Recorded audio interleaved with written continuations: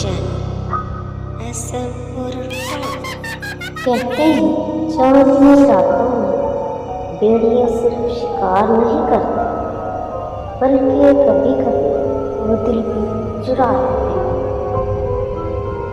अरमान एक फोटोग्राफर जो सिर्फ तस्वीरें लेता था, लेकिन उस रात उसने एक ऐसी आंखें देखी जो किसी इंसान की नहीं, और उन आंखों वाली लड़की वो थी क्वीन ऑफ वुड्स, चांदनी के भेड़िए मलका। अगर तुमने मुझे देख लिया तो अब तो सिर्फ मेरे हमेशा।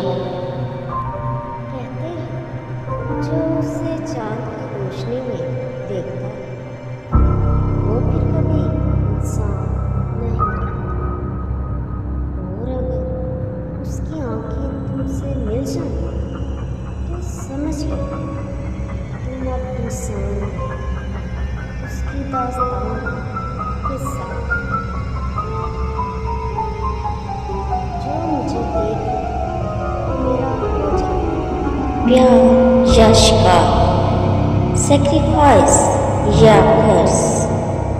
वुल्व्स ऑफ द मूनलाइट एक कहानी जहाँ मोहब्बत थी, जालिम और राज थी।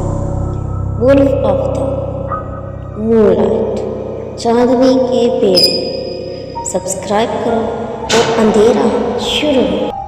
वुल्व्स ऑफ द मूनलाइट, चांदनी के पेड़। Coming soon. Subscribe before you